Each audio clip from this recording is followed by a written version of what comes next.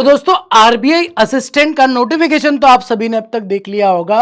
अब नोटिफिकेशन को लेकर जितने भी बच्चों के मन में ये डाउट है, सिलेबस क्या रहेगा, एग्जाम का पैटर्न कैसा हो सकता है और एलिजिबिलिटी को लेकर अगर आपके मन में कोई भी डाउट है तो आज के सेशन में वो डाउट पूरी तरीके से क्लियर हो जाएंगे। दोस्तों अगर एग्जामिनेशन पैटर्न की बात की जाए तो यहाँ पर आपके 3 राउंड होने वाले हैं।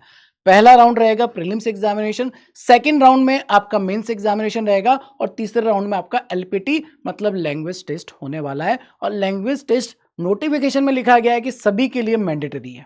ठीक है। प्रीलिम्स एग्जामिनेशन की दोस्तों अगर बात की जाए तो प्रीलिम्स एग्जामिनेशन में 3 सब्जेक्ट्स रहने वाले हैं, English, quant and reasoning. English की अगर बात की जाए 30 क्वेश्चन, 30 मार्क्स, 20 मिनट का टाइम मिलेगा। न्यूमेरिकल एबिलिटी में 35 क्वेश्चन, 35 मार्क्स, 20 मिनट का टाइम।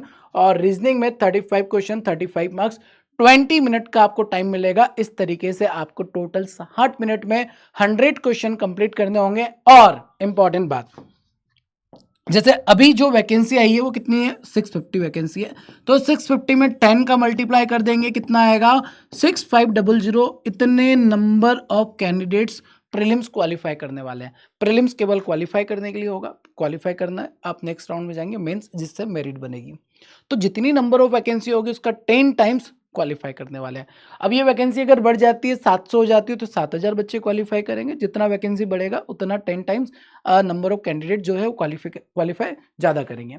इसके बाद दोस्तों नेक्स्ट राउंड होगा आपका मेंस का। मेंस से ही फाइनल मेरिट बनता है। इसके बाद जो लैंग्वेज टेस्ट होता है वो केवल क्वालिफाई के लिए होता है, बाकी मेरिट बनने वाली है इस पेपर से।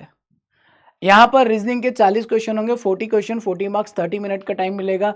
इंग्लिश के 40 क्वेश्चन रहेंगे, 40 मार्क्स, 30 मिनट का टाइम रहेगा। न्यूमेरिकल एबिलिटी के 40 क्वेश्चन, 40 मार्क्स, 30 मिनट का टाइम मिलेगा। जीए के 40 क्वेश्चन, 40 मार्क्स, 25 मिनट का टाइम मिलेगा। और कंप्यूटर के 40 क्वेश्चन, 40 मार्क्स, 20 मिनट का आपको टाइम मिलने वाला है। ठीक है। नेक्स्ट राउंड होगा एलपीटी, लैंग्वेज टेस्ट होगा। लैंग्वेज टेस्ट के लिए आप देख सकते हो, आप जिस भी स्टेट से अप्लाई करते हो उस स्टेट का लैंग्वेज क्या रहने वाला है। फॉर एग्जाम्पल अगर आपने भोपाल रीजन से अप्लाई किया है तो वहां पर आपको हिंदी बोलते आने चाहिए, लिखते आने चाहिए और पढ़ते आनी चाहिए। ठीक है, तीनों चीज होनी चाहिए। अगर आप एलपीटी में डिसक्वालीफाई होते हो तो बेटा बाहर हो जाओगे, इसलिए इसको क्वालिफाई करना जरूरी है। ठीक। अब यहां पर जो एक और डाउट हमारे मन में रह गया है सिलेबस को लेकर। पैटर्न तो क्लियर है सभी को, प्रीलिम्स होगा, मेंस होगा और लैंग्वेज टेस्ट होगा। अब सिलेबस की अगर बात की जाए तो प्रीलिम्स की बात कर लेते हैं। प्रीलिम्स में आपके 3 सब्जेक्ट है, तीनों सब्जेक्ट का जो सिलेबस रहेगा वो ये रहेगा। रीजनिंग में सिटिंग अरेंजमेंट रहेगा, पजल्स रहेंगे, inequality, syllogism, coding, decoding, blood relation, direction, order and ranking, alpha numerical series, ये आपका प्रीलिम्स का पार्ट रहेगा। वहीं पर न्यूमेरिकल एबिलिटी की बात की जाए, simplification, approximation, number series, quadratic, data interpretation में tabular DI, pie chart, line graph, bar graph. Arithmetic में जितने भी चैप्टर्स होते हैं हमारे बैंकिंग एग्जामिनेशन के वो सारे चैप्टर्स रहेंगे।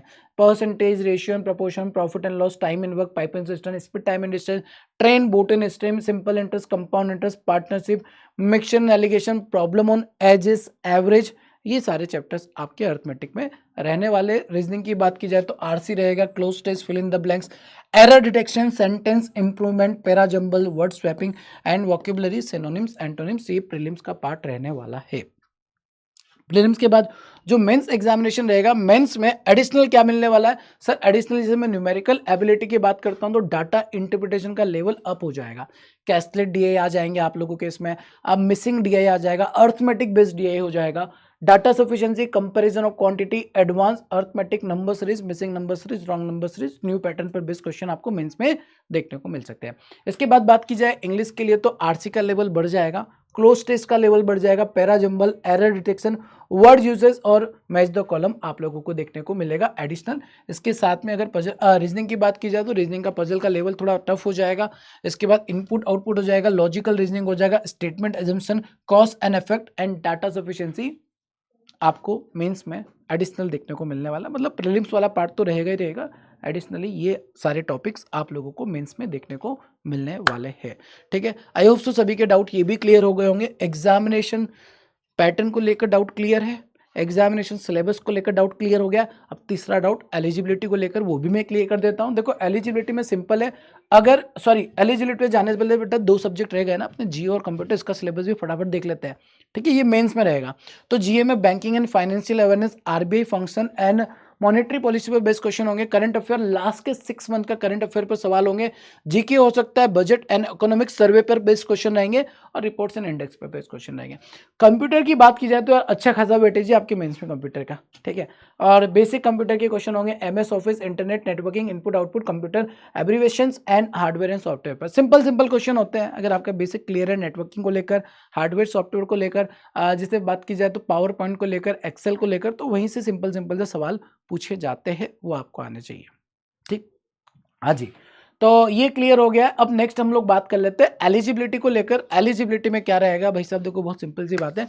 आपका अगर फाइनल सेमेस्टर का रिजल्ट, ग्रेजुएशन का रिजल्ट की मैं बात कर रहा हूं, रिजल्ट अगर 1 फरवरी 2026 से पहले आ चुका है तो आप एलिजिबल है। मतलब ये पता चल गया आपको 1 फेब 2026 से पहले कि आपका फाइनल सेमेस्टर क्लियर है भाई। रिजल्ट केवल ऑनलाइन रिजल्ट भी आ गया और आपको पता चल गया कि हाँ आप पास कर चुके हो तो आप इस एग्जामिनेशन के लिए एलिजिबल है। सेकंड, एज फैक्टर की बात कर लेते हैं। तो भाई साहब आपका जो एज मतलब डेट ऑफ बर्थ है ना, 2 फरवरी 1998 से पहले नहीं होना चाहिए और 1 फेब 2006 के बाद नहीं होना चाहिए। अगर आप इस रेंज में लाई कर रहे हैं तो आप एलिजिबल है इस एग्जामिनेशन के लिए। अच्छा, कैटेगरी वाइज भी रिलैक्सेशन मिला है, ठीक है। जैसे एसटी एससी पर 3 या 5 साल का जो रिलैक्सेशन है वो तो रहेगा ही रहेगा, बट जो जनरल वाले बच्चे हैं उनके लिए जो एज लिमिट है वो यही एज लिमिट रहने वाला है। अगर आप इसके अंदर आ रहे हैं, आपका ग्रेजुएशन कंप्लीट है, आप इस एग्जामिनेशन के लिए एलिजिबल है। आई होप सो सभी डाउट क्लियर हो गए होंगे और तैयारी धमाकेदार तरीके से करना शुरू कर दो।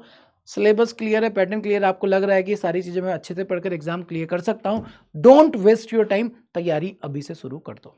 बाकी हम लोग दोस्तों मिलते हैं अपने रेगुलर सेशन में, तब तक के लिए ध्यान रखेंगे अपना। Thank you so much, bye bye, take care.